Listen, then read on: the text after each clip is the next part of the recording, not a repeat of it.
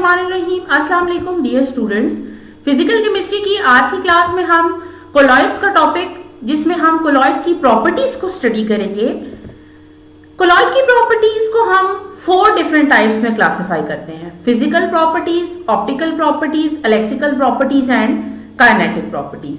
आज के लेक्चर में वन बाय वन हम इन सारी प्रॉपर्टीज को डिस्कस करते हैं। सबसे पहले है फिजिकल प्रॉपर्टीज। फिजिकल प्रॉपर्टीज में सबसे पहले हमारे पास कलर, जो हाइड्रोफोबिक सोल्स होती हैं, यानी ऐसी सोल जिनमें डिस्पर्स फेज की वाटर के साथ अट्रैक्शन नहीं है। हाइड्रोफोबिक सोल्स का कलर जो है वो डिपेंड करता है कि वो किस वेवलेंथ, लाइट की किस वेवलेंथ को स्कैटर कर रहे हैं। स्कैटर्ड लाइट की वेवलेंथ डिपेंड करती है कोलॉइडल पार्टिकल्स के साइज पे। अगर हमारे पास पार्टिकल्स का डायमीटर 6 × 10⁵ मिलीमीटर की रेंज में है तो वो ऑरेंज येलो कलर शो करेगा। 9 × 10⁵ मिलीमीटर की रेंज में है तो ऑरेंज रेड कलर होगा। 13 × 10⁵ मिलीमीटर की रेंज में है तो पर्पल कलर होगा, और 15 × 10⁵ मिलीमीटर की रेंज में है तो वो कोलॉइडल सोल्यूशन जो है वो वॉयलेट कलर का अपीयर होगा। दूसरी प्रॉपर्टी है filterability. Colloidal particles ordinary filter paper में से तो आसानी से गुजर जाते हैं, क्योंकि उसमें ऑर्डिनरी फिल्टर पेपर का साइज, जो पोर साइज होता है, वो सफिशिएंटली लार्ज होता है। लेकिन अगर इन्हें अल्ट्रा फिल्टर्स में से गुजारा जाए, जिनका पोर साइज रिलेटिवली स्मॉल होता है, तो उसमें से ये फिल्टर आउट नहीं हो सकते।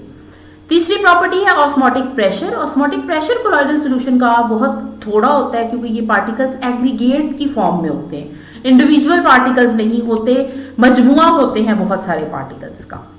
दूसरी किस्म की प्रॉपर्टीज है ऑप्टिकल प्रॉपर्टीज। ऑप्टिकल प्रॉपर्टीज में हम एक इफेक्ट को पढ़ेंगे, जो है फेराडेस टिंडल इफेक्ट।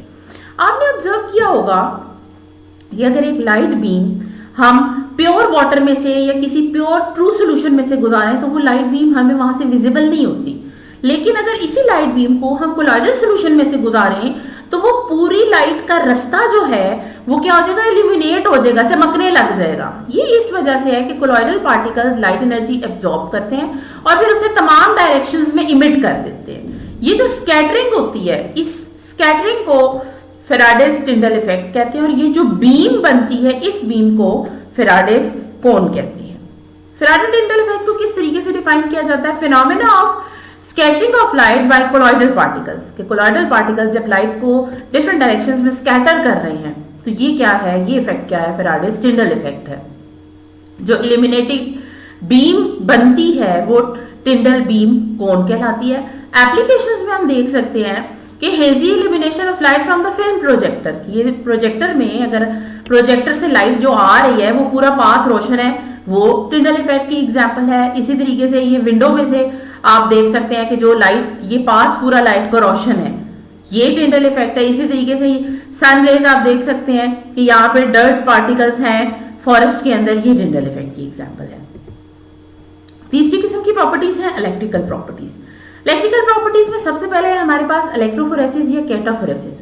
अगर हम लेट्स सपोज कि एक यू शेप ट्यूब ली है, ठीक है, उसके अंदर हमने कोई कोलॉइडल सोल्यूशन डाला है। इसमें 2 प्लैटिनम के इलेक्ट्रोड्स हैं, दोनों इसके कॉर्नर्स पे, जिन्हें हमने पोटेंशियल डिफरेंस के साथ बैटरी के साथ कनेक्ट कर दिया। अगर इलेक्ट्रिक पोटेंशियल हमने इन प्लैटिनम इलेक्ट्रोड्स पे अप्लाई किया हुआ है, जो एक हाइड्रोफिलिक सोल में डिप हुए हैं, तो डिस्पर्स पार्टिकल्स मूव करते हैं टुवर्ड्स वन इलेक्ट्रोड। क्या मूव करते हैं? Disperse particles. तो हम यहां से आप ये ऑब्जर्व करते हैं कि ये जो सोल पार्टिकल्स हैं ये क्या कर रहे हैं, ये इलेक्ट्रोड पे पोटेंशियल डिफरेंस अप्लाई करने से पहले की सिचुएशन थी। बाद में क्या होगा कि ये डिस्पर्स पार्टिकल्स दूसरी साइड पे मूव कर रहे हैं। तो by noting the direction of movement of soul particles we can determine whether the soul particles carry positive or negative charge। अगर ये सोल पार्टिकल्स पॉजिटिव इलेक्ट्रोड की तरफ मूव करते हैं तो इसका मतलब है इन पे नेगेटिव चार्ज है, और अगर ये नेगेटिव इलेक्ट्रोड की तरफ मूव करते हैं इसका मतलब है इन पे पॉजिटिव चार्ज है। Movement of sol particles under applied electric potential is known as electrophoresis. Sol particles का इलेक्ट्रिक पोटेंशियल की वजह से किसी एक इलेक्ट्रोड की तरफ मूव करना क्या कहलाता है? इलेक्ट्रोफोरेसिस या कैटाफोरेसिस कहलाता है। 3 इसकी एप्लीकेशंस हैं। चिमनी गैसेस में से स्मोक को रिमूव करना, सस्पेंडेड इंप्योरिटीज की रिमूवल, और मेटल पार्ट्स जो कार के स्प्रे किए जाते हैं, पेंट किए जाते हैं कोलॉइडल पिगमेंट्स की वजह से, वो हमारे पास इलेक्ट्रोफोरेसिस की एग्जांपल है। दूसरी इलेक्ट्रिकल प्रॉपर्टी है इलेक्ट्रोऑस्मोसिस। यहाँ पे सोल जो है, अगर एक इलेक्ट्रिकली न्यूट्रल पार्टिकल हो तो डिस्पर्शन मीडियम के ऊपर इक्वल बट ऑपोजिट चार्ज होता है as compare to disperse particles. Sol is a combination of disperse phase and dispersion medium.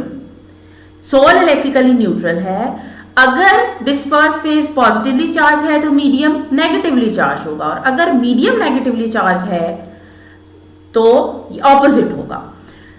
इस यू शेप ट्यूब में सेम हमारे पास है कि प्लैटिनम के इलेक्ट्रोड है, यहां पे सेमी परमिएबल मेम्ब्रेन लगा दी है. सेमी परमिएबल मेम्ब्रेन क्या करेगी, सोल पार्टिकल्स को मूव नहीं करने देगी. अब अगर पोटेंशियल डिफरेंस अप्लाई किया जाए, डिस्पर्स फेज को कांस्टेंट उसको मूव ना करा के स्टेशनरी रख के, तो मीडियम फिर मूव करेगा. तो इस वजह से आप देखेंगे कि एक साइड पे जो सॉल्वेंट का जो डिस्पर्शन मीडियम का लेवल है वो ऊपर होगा, दूसरी साइड पे डिस्पर्शन मीडियम का लेवल नीचे होगा, डाउन होगा. तो डिस्पर्शन मीडियम की movement under the influence of applied electric potential, this is known as electroosmosis. तीसरी इलेक्ट्रिकल प्रॉपर्टी है कोएगुलेशन और प्रेसिपिटेशन. फ्लॉक्यूलेशन और settling down of discharge sol particles. जो सोल पार्टिकल डिस्चार्ज हो गए, जिनका चार्ज खत्म कर दिया गया है, उनका आपस में इकट्ठे होकर नीचे को बैठ जाना, ये अमल क्या कहलाता है, कोएगुलेशन या प्रेसिपिटेशन कहलाता है. सोल की जो स्टेबिलिटी है वो एड्सॉर्प्शन ऑफ पॉजिटिव और नेगेटिव आइंस की वजह से है. पॉजिटिव और नेगेटिव आइंस जो डिस्पर्स फेज के मौजूद हैं सोल के अंदर, उसकी वजह से इन चार्ज पार्टिकल्स के अंदर रिपल्सिव फोर्सेस होती हैं, यानी पॉजिटिव और नेगेटिव के अंदर, क्योंकि या तो सोल पार्टिकल्स पॉजिटिवली चार्ज होंगे या नेगेटिवली चार्ज होंगे. अगर वो पॉजिटिवली चार्ज हैं तो वो पॉजिटिव पॉजिटिव एक दूसरे को क्या करेंगे, रिपेल करेंगे. इसकी वजह से ये सोल पार्टिकल्स नीचे बैठ नहीं सकते, एग्रीगेट नहीं हो सकते. अगर समहाउ इस चार्ज को रिमूव कर दिया जाए, अब तो सोल पार्टिकल्स के ऊपर कोई चार्ज नहीं है. जब कोई चार्ज नहीं है तो वो सारे क्या पार्टिकल्स होंगे, इकट्ठे हो जाएंगे और वो सेटल डाउन हो जाएंगे. यहां पे आप देख सकते हैं कि अगर आपने कोई कोएगुलेंट ऐड किया है, कोएगुलेंट क्या करेगा, प्रेसिपिटेट बनाएगा और इंप्योरिटीज को ट्रैप कर लेगा, और फिर ये सारे प्रेसिपिटेटेड और ट्रैप्ड इंप्योरिटीज सेटल डाउन हो जाएगी. ये इंप्योरिटीज बेसिकली हम कह सकते हैं कि ये सोल के पार्टिकल्स हैं. तो ये अमल क्या है, कोएगुलेशन या प्रेसिपिटेशन है. कोएगुलेशन करने के लिए हम 4 डिफरेंट तरीके इस्तेमाल कर सकते हैं. हम कोई इलेक्ट्रोलाइट भी डाल सकते हैं, इलेक्ट्रोफोरेसिस की मदद से भी कोएगुलेशन की जा सकती है, 2 ऑपोजिटली चार्ज सोल्स को कंबाइन करके भी की जा सकती है, और बॉइलिंग की मदद से भी की जा सकती है. चौथी इलेक्ट्रिकल प्रॉपर्टी है protective action of sol. Lyophilic sol की ये प्रॉपर्टी है कि वो लायोफोबिक सोल्स को प्रेसिपिटेट आउट नहीं होने देती. ये अमल क्या कहलाता है, प्रोटेक्टिव एक्शन कहलाता है, प्रोटेक्शन कहलाता है. लायोफोबिक सोल्स बहुत जल्दी प्रेसिपिटेट आउट हो जाती हैं अगर हम उनमें कोई स्मॉल क्वांटिटी इलेक्ट्रोलाइट की ऐड करें.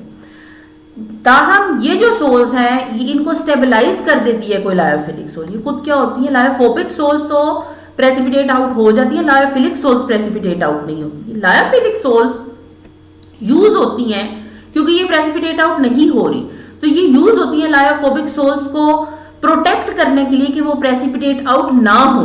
तो ऐसे कोलॉइड को जिसमें लायोफिलिक सोल प्रोटेक्ट करती है लायोफोबिक सोल की प्रेसिपिटेशन को, ये अमल क्या कहलाता है, प्रोटेक्शन कहलाता है. और ऐसा कोलॉइड प्रोटेक्टिव कोलॉइड कहलाता है. फॉर एग्जाम्पल अगर थोड़ा सा जेलेटिन जो जेली है, अगर वो जो हाइड्रोफिलिक क्लोराइड है इसे ऐड कर दिए गोल्ड सोल में, तो ये जो गोल्ड सोल है ये क्या हो जाएगा, प्रोटेक्ट हो जाएगा. गोल्ड सोल फिर प्रेसिपिटेट आउट नहीं होगा. चौथी किस्म की प्रॉपर्टी है काइनेटिक प्रॉपर्टी, जिसमें हम ब्राउनियन मूवमेंट को डिस्कस करेंगे. अगर एक बीकर के अंदर इंक का एक ड्रॉप डाल दें तो आप उसमें बीकर में इंक के उस ड्रॉप की मूवमेंट को ऑब्जर्व करोगे कि वो हैप्पैज़र्डली रैंडमली मूव करता है, वो किसी खास डायरेक्शन में मूव नहीं करता. तो ये जो कॉन्टिन्यूअस जिग-जैग मूवमेंट होती है कोलॉइडल पार्टिकल्स की डिस्पर्शन मीडियम के अंदर, ये क्या कहलाती है, ब्राउनियन मूवमेंट कहलाती है. जो रॉबर्ट ब्राउन था ये स्कॉटिश बोटेनिस्ट था, और इसने पहली दफा ये देखा था कि गैसेस जो हैं वो रैंडम मोशन की स्टेट में है. तो उसने पोलन पार्टिकल्स को ऑब्जर्व किया था कि वो जिगल कर रहे हैं, इधर इधर मूव कर रहे हैं विदाउट एनी किसी रीजन की वजह से. हम सेम मूवमेंट ऑब्जर्व कर सकते हैं स्मोक पार्टिकल में. तो उसने ये जो रैंडम बम्पी मूवमेंट थी पार्टिकल्स की, इसको क्या कहा था, ब्राउनियन मूवमेंट या ब्राउनियन मोशन कहा था.